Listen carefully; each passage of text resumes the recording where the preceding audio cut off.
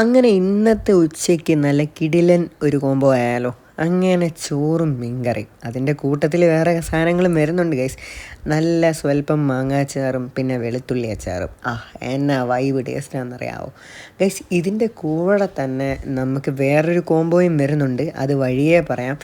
ഇതിൻ്റെ ആ ഒരു സ്വല്പം ടേസ്റ്റ് ഉണ്ടല്ലോ, ഇത് നമ്മൾ മെല്ലെ മെല്ലെ എടുത്ത് കഴിക്കുന്ന അതിന് അപാര ടേസ്റ്റാണ്. ഇതാണ് അടുത്ത കോംബോ വരുന്നത്.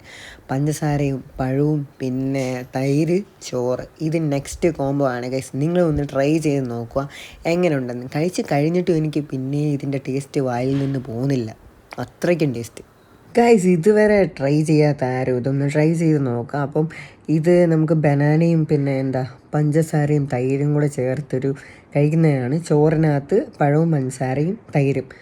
എന്നാ ടേസ്റ്റാണെന്നറിയാമോ. നമ്മൾ ആദ്യമേ ചോറ്, അതായത് നമ്മൾ മെയിൻ ചോറ് കഴിച്ചിട്ട്, അതായത് ചോറ് മീൻകറി സാമ്പാർ ഇതെല്ലാം കൂടെ കൂട്ടി കഴിച്ചിട്ടാണ് ഏറ്റവും അവസാനം ഇത് കഴിക്കുന്നത്. അപ്പോൾ നിങ്ങളും ജസ്റ്റ് ഒന്ന് ട്രൈ ചെയ്ത് നോക്കുക എങ്ങനെയുണ്ടെന്ന് ജസ്റ്റ് കമൻറ്റ് ചെയ്യുക. അപ്പോൾ ഇതൊക്കെ കഴിച്ച് കഴിഞ്ഞാൽ നമുക്കൊരു സാധനം കിട്ടും, ഉറക്കം. നല്ല ഉറക്കം വരുന്നു ഗൈസ്. അപ്പം ഞാൻ എന്നാൽ പോയി ഉറങ്ങട്ടെ. അപ്പോൾ ശരി ഗൈസ്, ബൈ.